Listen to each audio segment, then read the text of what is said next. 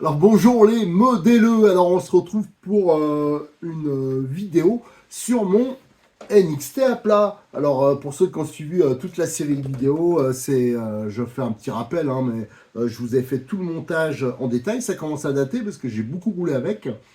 Donc mon idée c'était qu'au début des années 90, j'ai beaucoup roulé avec le Laro Roche, après par la suite quand le Pictor est sorti avec cette voiture qui était quand même assez originale et française. Et ces deux bagnoles, en fin de compte, elles avaient une caractéristique, c'est qu'elles avaient les amortisseurs à plat.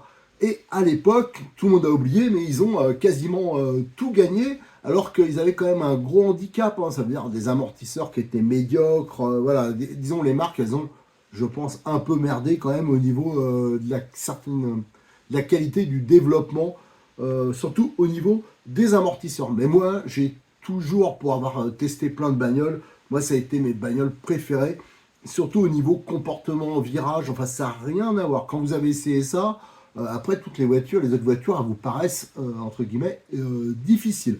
Donc, c'est pour ça que j'avais lancé le projet en partant d'un NXT RTR. Je voulais vraiment partir d'une voiture de base. Donc, j'avais un peu tâté, j'avais tout fait à la main.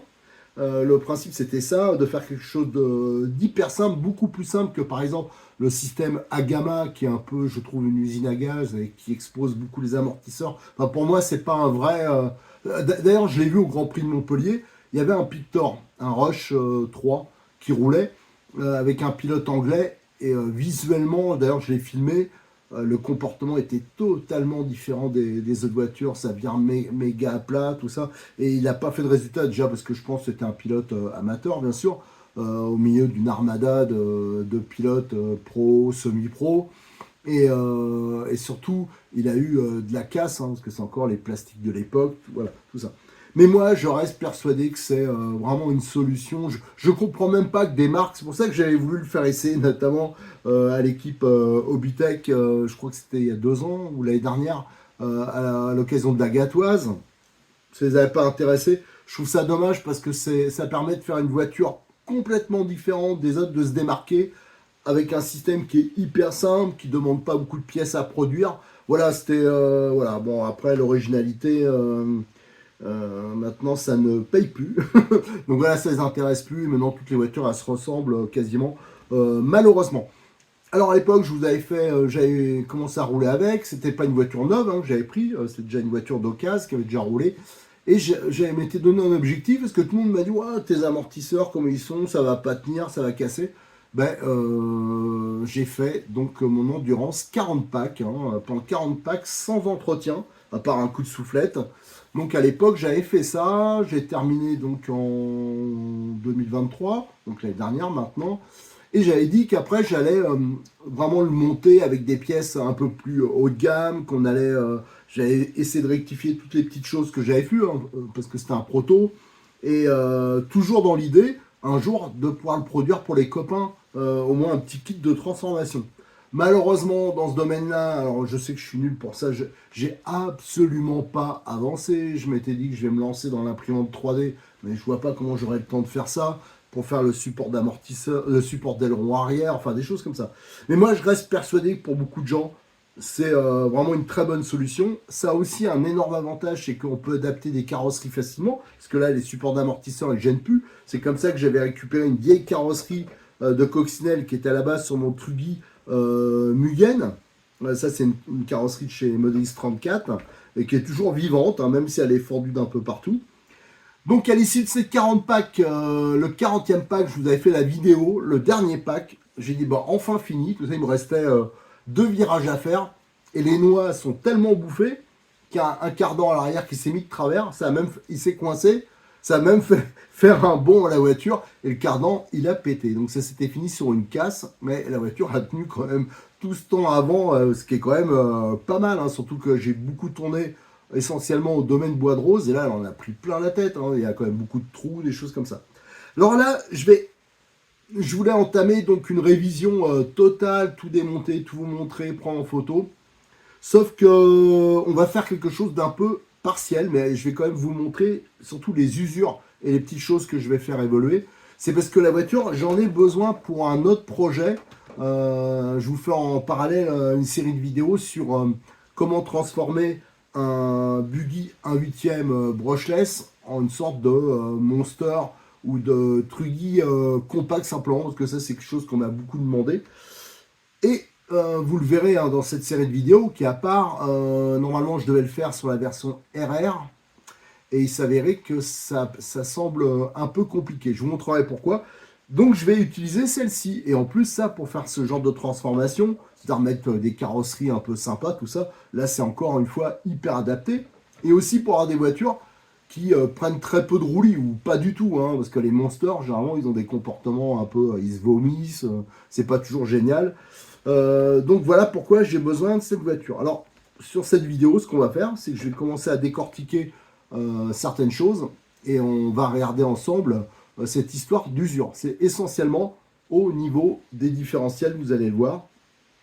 Et après, il y a des petites choses qui sont desserrées, des petites choses qu'on pourrait faire différemment. Mais ça permet vraiment de voir le vieillissement d'un NXT qui est utilisé, je précise bien, normalement. Allez, on regarde ça de plus près.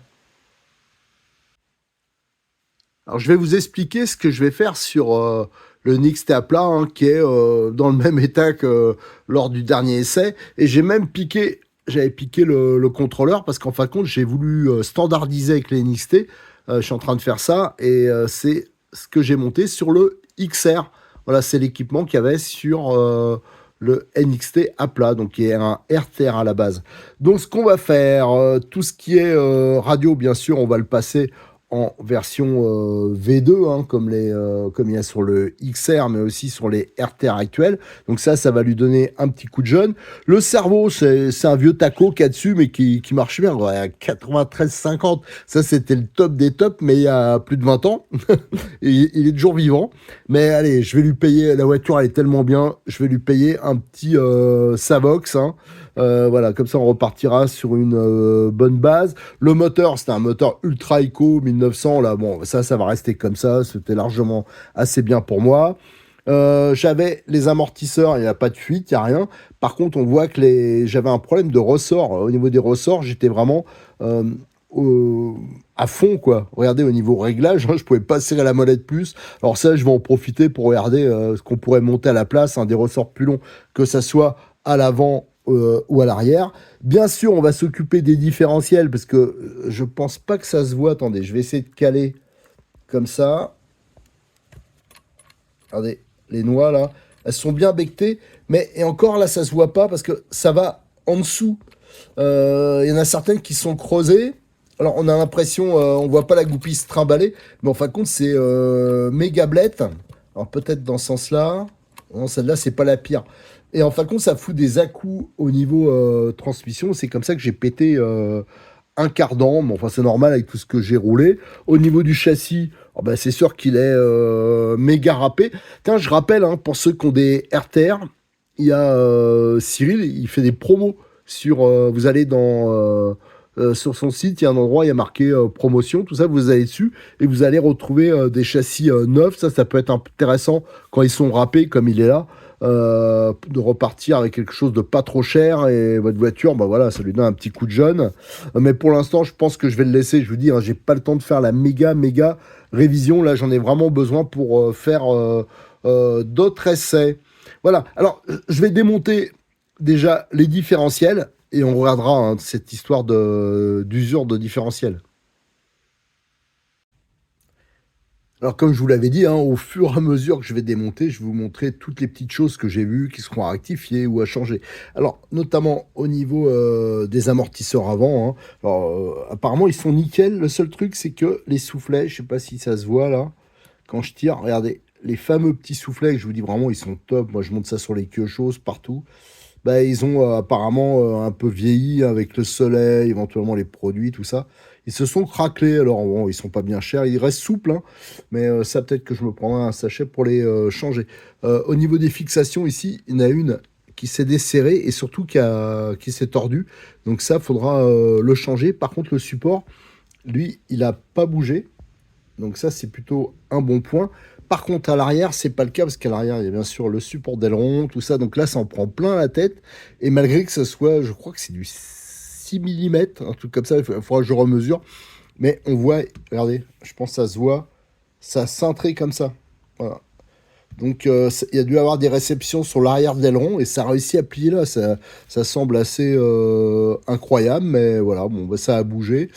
Alors ça, faudra que je vois si je fais pas un renfort qui va jusqu'à là. Enfin bon, déjà c'est quand même bizarre que c'est plié. Et là, ça se voit moins parce que j'ai retiré l'amortisseur, mais ça va cintrer vers l'intérieur aussi. Celui-là, bah, d'ailleurs, il bouge. Donc ça va falloir le redresser, parce que ça, je vais pas la refaire, la pièce. Alors, à savoir que l'alu, hein, une fois que ça a commencé à plier, ça se replie plus facilement. Mais je vais essayer de le redresser comme je peux. Et peut-être que je le ferai ensuite en époxy hyper balèze. Ça, je verrai. Mais en tout cas, il faut encore que je tourne pour déterminer les points d'ancrage, puisque tout ça, j'avais noté. J'ai perdu bien sûr le papier où j'avais noté tout ça. Donc, il va falloir que je recommence. Mais au niveau du support, autrement, il n'y a pas de problème. Je vous dis, c'est juste au niveau de la matière. Et aussi, ça a plié, je pense, un peu à ce niveau-là de la fixation. C'est parce que j'avais mis une entretoise qui n'est pas assez large derrière. Donc ça c'est que j'avais fait un réglage sur le terrain. J'avais que ça faudra que je le refasse aussi correctement avec un meilleur appui.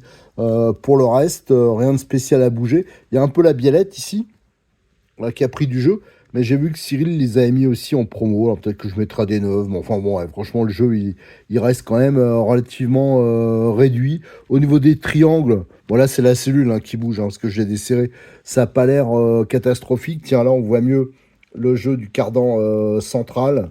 Alors, il y a du jeu, mais bon, moi là j'ai refait péter mon Néo. Je peux vous dire que le Néo il a pris plus de jeu plus rapidement que ça au niveau central. Et on voit l'usure est assez différente. On voit que là c'est la goupille qu'use, mais sur toute la largeur. Et là on voit qu'il y a un décalage et en fin de compte ça creuse. Regardez la goupille, une partie a disparu. Euh, voilà, je pense que la goupille, elle est légèrement décalée. C'est ça qui provoque ça. On a la même chose sur cette noix là, arrière. Alors, vous voyez, là, le jeu est beaucoup plus conséquent. Et de l'autre côté, ça disparaît. Voilà. Alors, je sais pas si on le voit bien. On le verra bien quand j'aurai démonté les diffs. Mais la goupille, elle creuse à l'intérieur. C'est ce côté-là que j'ai pédé le cardan. Parce que je pense que ça a dû se coincer justement comme ça. Et après, ben voilà. Mais la voiture, vous auriez vu, enfin ça se voit, regardez hein, la vidéo que j'avais publiée à ce moment-là, la voiture, elle a fait un saut de cabri. Bon, voilà, c'était amusant, c'est pas bien grave. Au niveau du diff central, je vais démonter, mais j'ai l'impression, est-ce que c'est une fuite? J'ai l'impression qu'il y a une fuite ici. Alors, est-ce que la sortie de différentiel, elle a pris beaucoup de jeu? En tout cas, c'est sûr qu'il y a une fuite, hein. On verra dans quel état la couronne, en tout cas, elle est nickel. On verra au niveau des sorties. Pourtant, il n'y a pas un jeu diabolique, hein, mais où il y a un jeu diabolique, c'est sur les sorties ici. Voilà, là, elle bouge beaucoup.